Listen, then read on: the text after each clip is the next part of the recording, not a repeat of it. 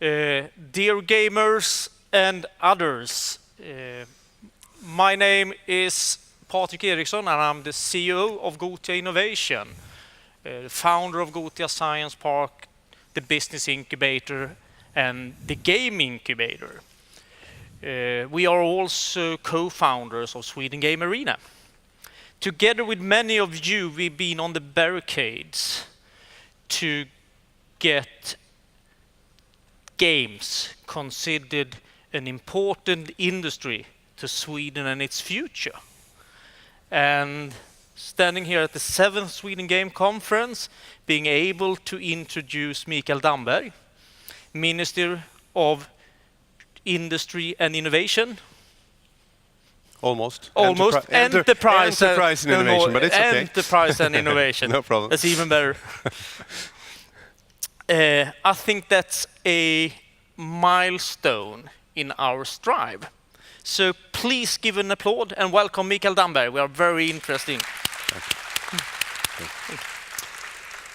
Thank you, first of all, for having me here.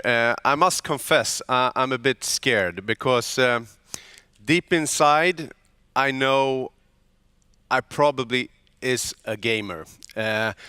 So being here, I don't have time to play computer games actually at all because I'm a minister for enterprise and innovation.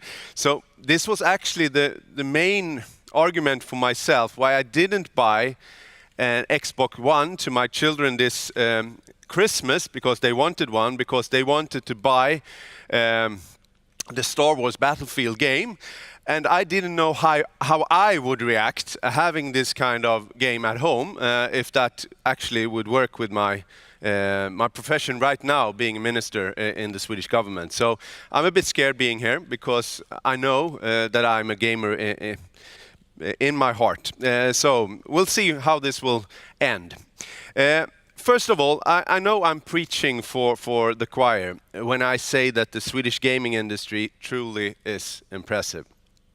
Few, if any, other businesses in Sweden represent the modern economy of Sweden today when it comes to innovation, creativity, speed, tech magic, ingenuity, trend sensibility, consumer understanding, and borderless relationship to space, time, geography, and disciplines like the gaming industry. And you keep presenting us with staggering numbers and statistics. Double turnaround in 2 years, growth increased by 1,000% in 5 years, and your recently financial statements, a 39% growth. The bars on your graphs are a little hard to believe. When I'm abroad, I brag about the fact that every 10th person in the world has played a Swedish game. Usually people find it hard to believe that our little nation of not even 10 million people, the size of an average Chinese city, can have that kind of impact on the world. Thinking closer on the fact makes me wonder what other Swedish inventions or creation could compare with the speed of your global spread. Maybe a Max Martin hit comes close. Skype, I don't know. But I remember when, a couple of years ago, fully packed buses and tube trains went completely silent because people were collecting candy on their phones. Candy Crush Saga had taken the world by storm, and public commuting in major cities all around the globe had the noise level of a library. We see a similar development happening around this summer, only this time people were chasing Japanese monsters on the streets of all big and small cities around the world.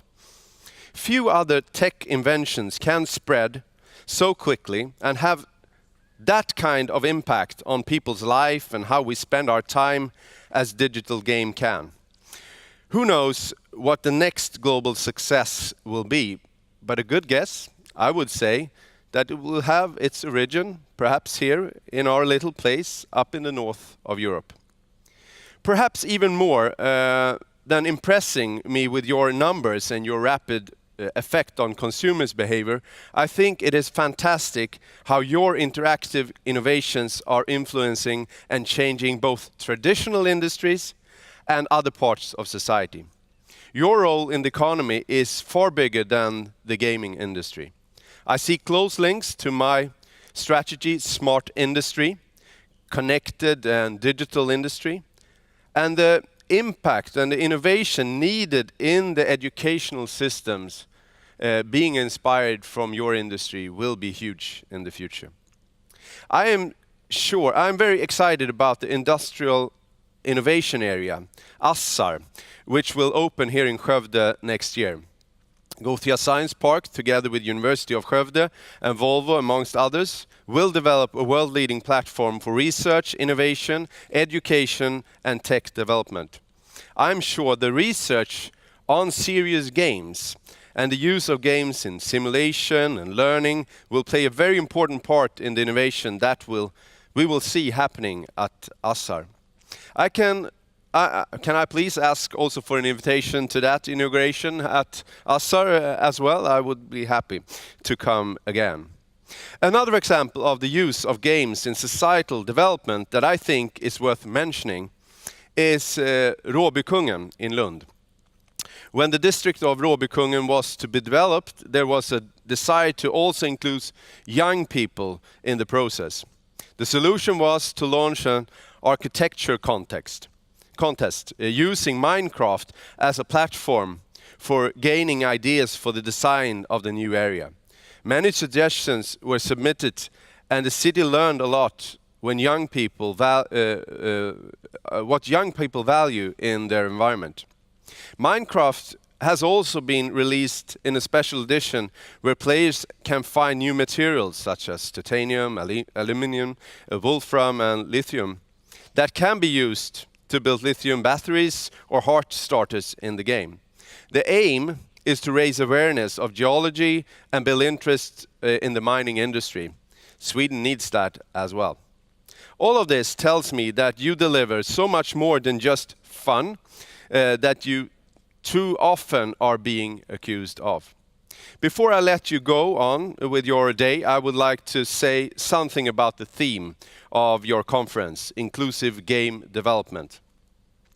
To use your own words, inclusive game developments acknowledge that we need diversity in all aspects of the game development process in order to innovate and to move the game industry and game research forward. End quote. As true as this is for gaming, the same can be said about all other areas of innovation and research. Diversity is key. I would like to commend you on this very important mission, and at the same time congratulate you for having Åsa Roos, newly appointed honorary doctor of the university here in Skövde.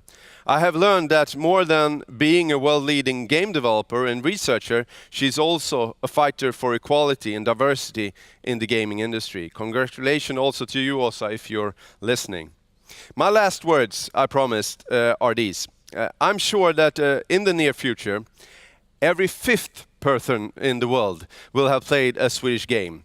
And I'm also sure that the gender balance and diversity will be crucial in reaching this goal. I wish you a fantastic day. Thank you very much, and I hope to see you again.